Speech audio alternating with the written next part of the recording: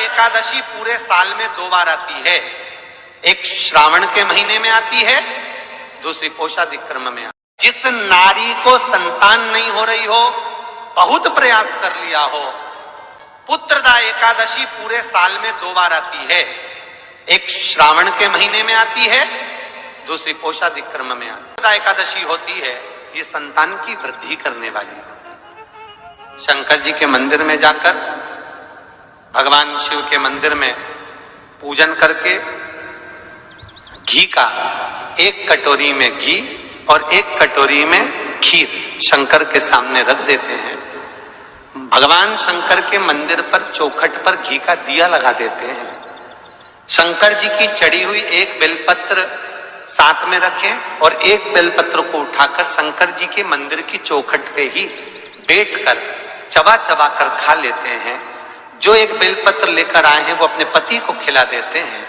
कहते हैं पुत्रदा एकादशी के दिन ये कर लेने पर संतान की प्राप्ति हो जाती है, पुत्र की प्राप्ति हो जाती है।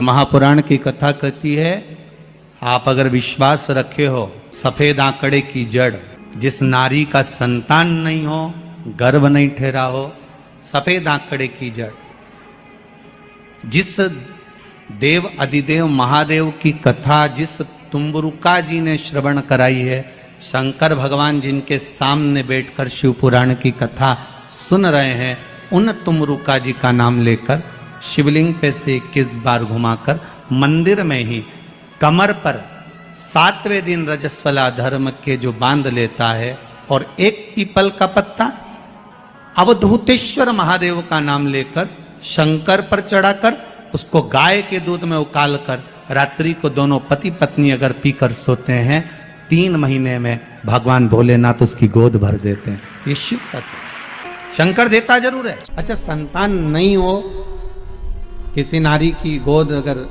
स्त्री की गोद अगर खाली रह जाए तो भी दुख होता है उसको कि मेरे घर में औलाद नहीं, संतान नहीं। हम कई बार कहे, आज फिर कहते हैं, ये टेस्ट भी बाद में कराना, सारी जांचें बाद में कराना। एक बार शंकर का भजन कर कर देखना। पिछले वर्ष कथा में तुमरुका जी की जो कथा कही थी, यूट्यूब पर डली हुई, अगर आप लोगों ने नहीं सुनी हो तो उसको निकालना यूट्यूब पर। श्री तुमरुका शिव महापुराण की कथा हमने कही थी, तुमरुका जी का व्याख्यान, उसमें वर्णन किया था। सब जगह से अगर हार जाओ और सारे रिपोर्ट आपकी आपने सब दूर दिखा ली, तो एक बार शंकर पर भरोसा कर कर तुमरुका जी का नाम लेकर सफेद आंकड़े की जड़ को शिव जी पे से रजस्वला धर्म के 7वें दिन 21 बार घुमा लो। नाम गोत्र बोलकर कमर में लाल धागे में बांध लो। पीपल के पत्ते शिव जी को चढ़ाओ, उठाकर लाओ। उस 1 पत्ते को रात्रि को गाय के दूध में उकालो और उस दूध को दोनों पति पत्नी पियो। साथ रहिए, समय आएगा, बाबा चाहेगा तो 3 या 4 महीने में गर्भ ठहर ही जाएगा। सारे डॉक्टर को दिखा लिया अपनी जगह, टेस्ट भी करवा लिया अपनी जगह, पर एक बार प्रयोग, और वो विश्वास रखकर करना पड़ेगा। शंकर पर जो भी कार्य कर रहे हो आप, जो उपाय कर रहे हो आप, शिव का स्मरण कर, भगवान पर अगर विश्वास रखोगे, भरोसो दृढ़ इन चरणन करो, श्री वल्लभ नख चंद्र छटा बिन सब जगमा ही अंधेरो। अगर भरोसा है तो शंकर है, और भरोसा नहीं तो शिव कहां से। विश्वास लेकर अगर आए हो तो काम तो होगा। ये लोग काशी से आए हुए हैं, विश्वास लेकर ही तो आए होंगे कि हम जाएंगे शंकर की कथा में तो बाबा कृपा जरूर करेगा। कई लोग यहाँ पर बैठे हुए हैं जो विश्वास लेकर आए हुए हैं, दूर दूर से आए हुए हैं, केवल विश्वास लेकर कि भगवान कृपा करेगा किसी ना किसी रूप में, मुझे विश्वास है कि बाबा मेरी सुनेगा। और फिर कहता हूं, कथा में अगर आपने मन लगा लिया, भले टीवी चैनल के माध्यम से श्रवण कर रहे हो, भले मोबाइल के माध्यम से श्रवण कर रहे हो, भले पंडाल में सुन रहे हो, बाबा से अगर दिल से आपने अगर कह दिया तो 3 महीना बहुत होता है सब कामना पूरी होने के लिए। मेरा बाबा आपको कुछ ना कुछ दे ही देता है, बस आपकी रुचि के अनुसार सुख प्रदान कर ही देता है। भगवान कृष्ण की 16,108 रानियां थी। कितनी रानियां? जम के बोलो जरा। 16,108। पर 16,108 रानियां होने पर भी भगवान कृष्ण के यहाँ जब औलाद नहीं हुई तब भगवान कृष्ण ने अपने गुरु गर्गाचार्य बाबा को बुलवाया और द्वारकापुरी में बुलवा कर पूछा, गुरुदेव मेरी 16,108 रानियों से औलाद नहीं होती, संतान नहीं होती, मैं क्या करूं? गर्गाचार्य बाबा ने कहा, तुम चिंता मत करो, पार्थिव शिवलिंग का निर्माण करो। शंकर भगवान के शिवलिंग का निर्माण कर कर एक एक रानी के साथ में 11-11 दिन तक बैठकर शिव जी का अभिषेक करो। और पार्थिव शिवलिंग का निर्माण गर्गाचार्य बाबा के कहने पर भगवान कृष्ण ने करा। एक एक रानी के साथ में 11-11 दिन तक भगवान शिव का अभिषेक करा। तब भगवान शंकर प्रकट हो गए और शिव जी प्रकट होकर बोले, कन्हैया मांगो तुम्हें क्या चाहिए? शंकर भगवान ने जब कहा, कृष्ण बोले मेरे यहाँ औलाद नहीं है। शिव जी ने कहा, क्यों चिंता करते हो? तुमने 11-11 दिन तक एक एक रानी के साथ में बैठकर मेरा अभिषेक करा है। जाओ मैं तुम्हें वर प्रदान करता हूं कि एक एक रानी से तुम्हें 11-11 संतान होगी और 1,77,186 भगवान कृष्ण के बच्चे हुए। ये शंकर जी की कृपा से। अब तुम्हें कितने चाहिए बोलो? भगवान कृष्ण के यहाँ अगर औलाद हुई तो किसकी कृपा से? अरे बोलो, भोले। कौन होगा ऐसा? कितना करुणामय, कितना दयालु, कितना आनंद देने वाला।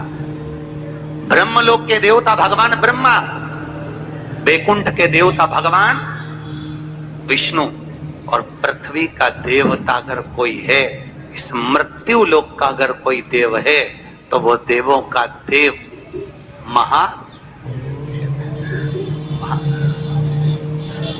पृथ्वी का देव है, मृत्यु लोक का देव है महादेव। शंकर जी कहते हैं, भले तू ब्रह्मा को भज, चाहे तेरी मर्जी पड़े नारायण को भज, पर मृत्यु लोक का देव तो मैं हूं, पाला तो मुझसे पड़ना है ना, तब निपटूंगा तेरे से। अभी तू जा।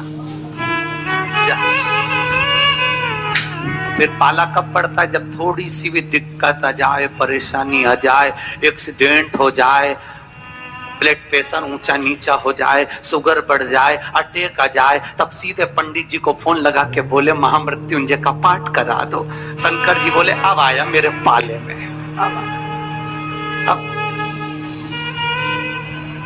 आया। लगे सब पाठ करने के लिए। भगवान नारायण का अगर विवाह भी कराने वाला कोई है लक्ष्मी से तो वो मेरा शिव ही है। कौन ने कराया था विवाह? शंकर भगवान। क्या नाम है माता लक्ष्मी की, माता जी का? अरे यहीं तो कोई ऊपर बोल रहा था, गुरुजी हमारे गुलबर्गा में तो खूब कथा होती है, आपको मालूम है गुरुजी? खूब कथा हुए हमारे यहाँ, खूब कथा चले। तो हमने कहा अच्छी बात है, बताओ जल्दी से माता लक्ष्मी जी की माँ का नाम क्या? बोलो तो। हर हर महादेव। माता लक्ष्मी की माँ का नाम था ख्याति देवी। क्या नाम था? ख्याति देवी। कितनी लक्ष्मी हुई? अष्टलक्ष्मी। उसमें से नारायण को कितनी लक्ष्मी भी आई? 2 लक्ष्मी। एक माता ख्याति की पुत्री श्री लक्ष्मी और दूसरी समुद्र देवता की बेटी लक्ष्मी महालक्ष्मी। ये 2 लक्ष्मियां भगवान नारायण को भी आई। कौन कौन सी लक्ष्मी भी आई? जम के बोलो। एक श्री लक्ष्मी, कौन है ये? माता ख्याति की बेटी। और दूसरे नंबर पर महालक्ष्मी, कौन है ये? समुद्र देवता की बेटी। अब जिस नारायण भगवान के साथ में मंदिर में लक्ष्मी जी की पूजन करते हो, वो लक्ष्मी इन दोनों में से कौन सी? बोलो जल्दी। महालक्ष्मी तो मात्र 7 दिन तक भगवान नारायण के साथ रुकी थी और 7 दिन रुकने के बाद में जब श्री लक्ष्मी ने भगवान शिव से जाकर निवेदन करा, भोलेनाथ मेरे प्रभु नारायण का विवाह समुद्र देवता की बेटी महालक्ष्मी के साथ भी हुआ है, आप करुणा करिए। तब भगवान भोलेनाथ ने पार्वती जी का एक मंगल सुमंगल आनंदमय तीज का व्रत बताया। तीज का व्रत जब श्री लक्ष्मी ने करा, वो व्रत आज भी माताएं करती हैं, निमाणी की पूजन करती हैं। आज भी सत्तू बनाती है और 3 तरह का सत्तू बनता है, आटा का, बेसन का और चावल का। तीनों का अलग अलग प्रमाण है। कल आपको कथा में बताएंगे कि आटे के सत्तू का क्या प्रमाण है, और आपको मालूम हो तो आप हमें बता देना, उसमें कोई दिक्कत वाली बात नहीं हो। तो कथा तो ऐसी चलेगी, आधी हम बातें आधी तुम बाज देना। आटे का सत्तू, चने की दाल का सत्तू और चावल का सत्तू, ये तीनों क्यों बनते हैं? और सत्तू भी बनाओ तो चक्की ऐसा बना लो, पर पिंडा बनाना क्यों जरूरी होता है? वो पिंडे का क्या महत्व है? और श्री लक्ष्मी और महालक्ष्मी की कथा में वर्णन है दोनों। वो कथा कल आएगी, उसको अपन कल लेंगे। पर आज जो कथा चल रही है कि श्री लक्ष्मी को माता पार्वती जी का विवाह, सुंदर व्रत बताया, और उस व्रत को माता पार्वती ने करा। और उस व्रत को माता श्री लक्ष्मी ने जब करा, पार्वती के व्रत का हो, तब माता श्री लक्ष्मी और महालक्ष्मी दोनों एक हुई और एक होकर नारायण के साथ में जाकर विराजमान हुई। आज भी जो माता लक्ष्मी का एक हाथ नीचे है और कमल का पुष्प पकड़ी है, वो लक्ष्मी जी का महालक्ष्मी दर्शन है। और माता अगर हाथ देर से इशारा कर कर आशीर्वाद दे रही है, वो श्री लक्ष्मी का भाग है। माता दो भाग,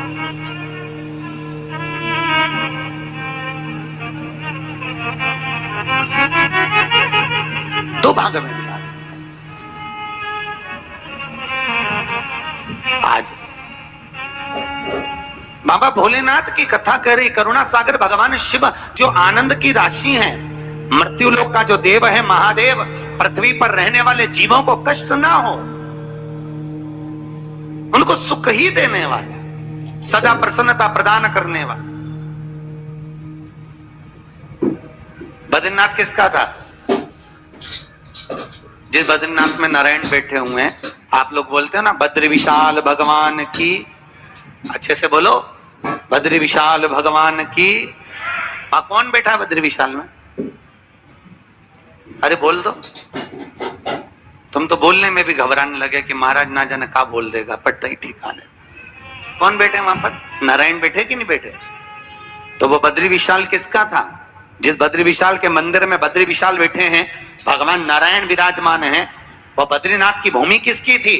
भगवान शिव और पार्वती का निज घर था। शिव और पार्वती वहां निवास करते थे, शंकर और पार्वती वहां रहते थे।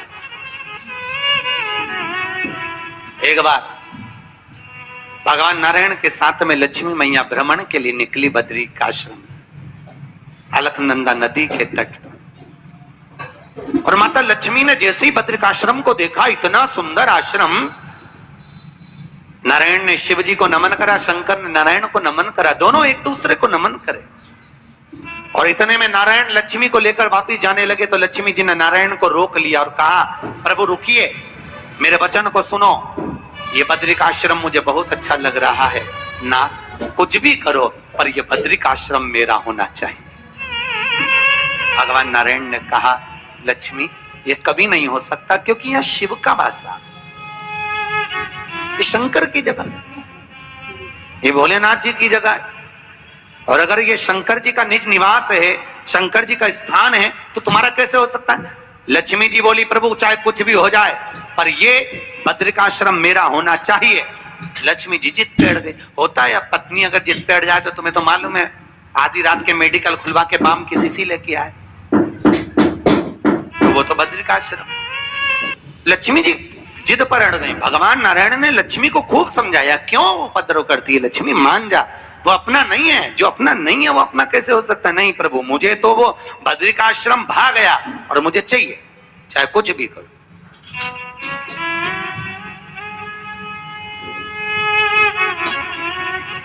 और देखो, अगर भाग्य में है, किस्मत में है, तो जरूर मिलता है, जरूर।